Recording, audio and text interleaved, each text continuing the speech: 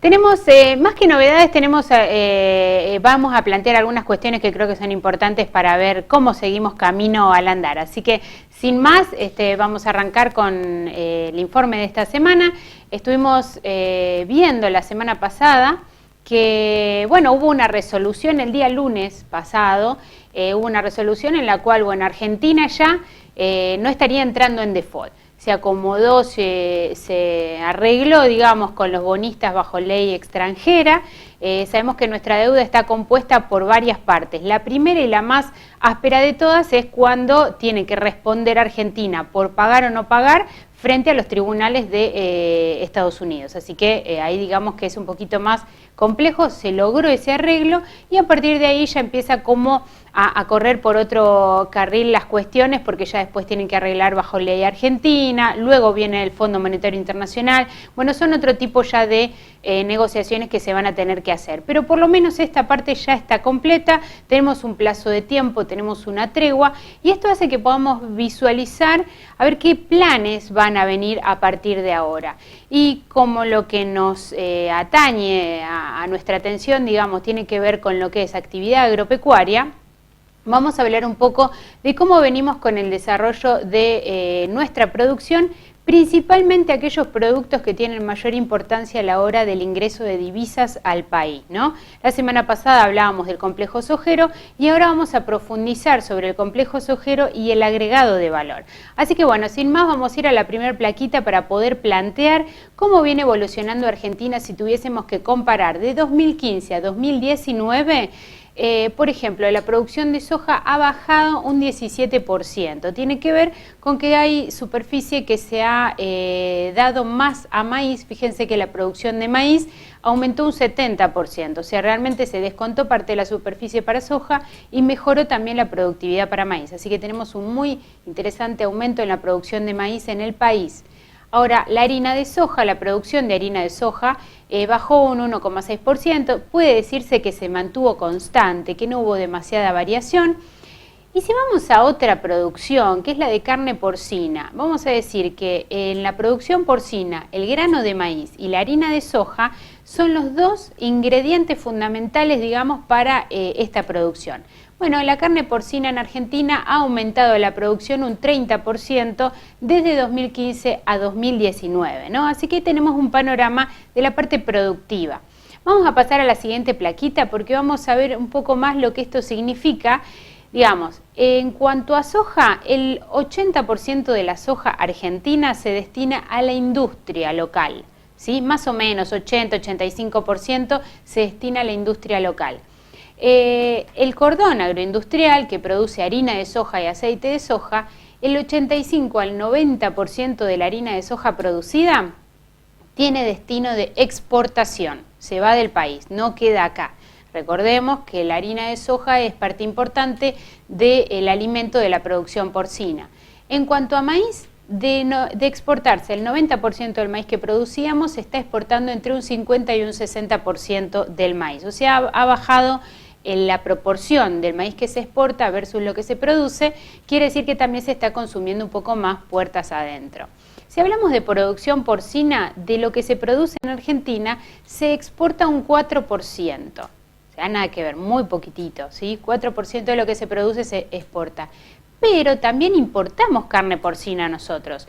Importamos el 5,4% de lo que producimos. Así que es como que estamos importando más de lo que exportamos, ¿sí? Pasemos a la siguiente plaquita que tiene algunos detalles, me parecen muy interesantes.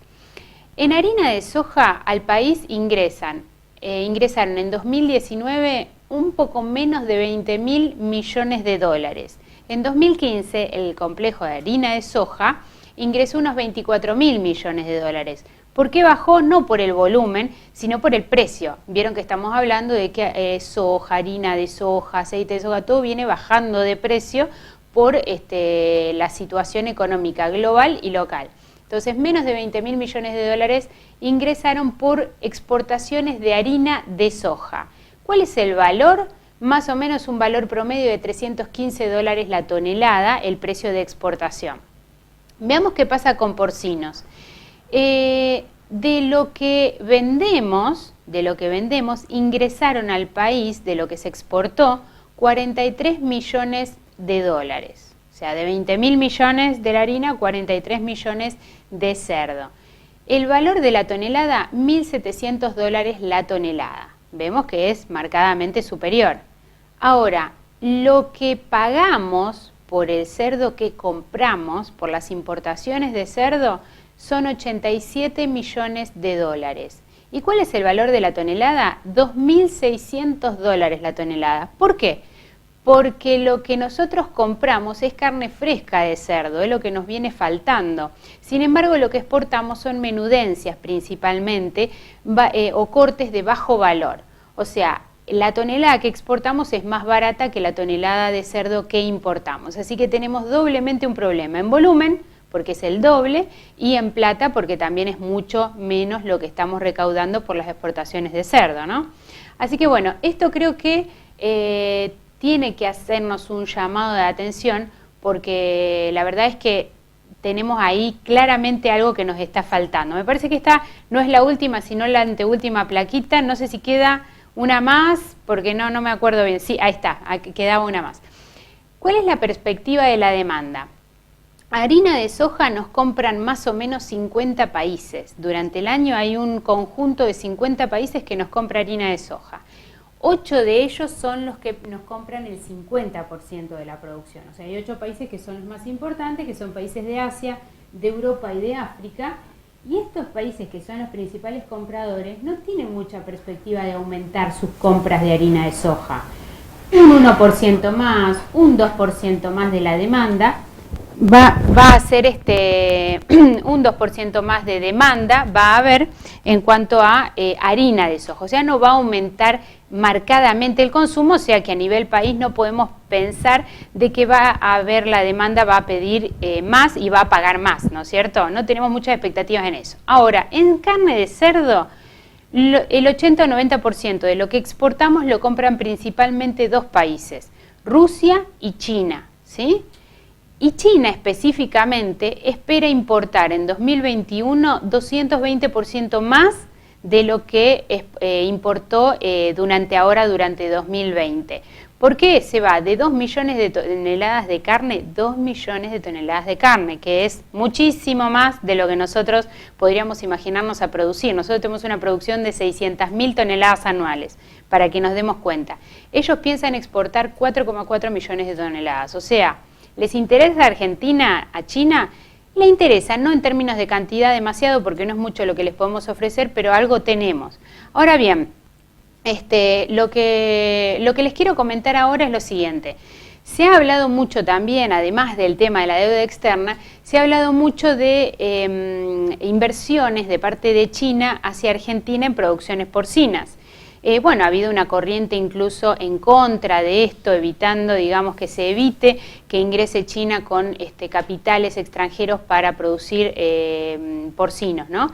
¿Qué pasa? En China están con una faltante de carne de cerdo por el problema que ya vienen trayendo hace muchos años de la peste porcina, que bajó de 54 millones de toneladas a 34 millones de toneladas. Fue impresionante, el país que más cerdo produce y consume, cómo tuvo esta matanza enorme de cerdos, ¿no es cierto? Ahora bien, ¿qué pasa si China viene a Argentina con estos capitales? Digo, nosotros, en Argentina, puertas adentro, ¿acaso no tenemos recursos suficientes para poder fomentar de alguna manera la producción porcina y no necesariamente requerir capitales extranjeros?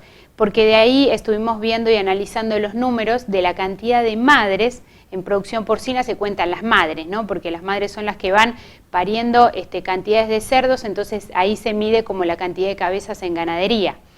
Si se aumenta la producción porcina de una manera, digamos, demasiado rápida, exponencial, por decirlo de alguna manera, muy posiblemente sea complicado manejar la cuestión sanitaria, la cuestión social, la cuestión ambiental, porque va a ser, digamos, un aumento demasiado drástico.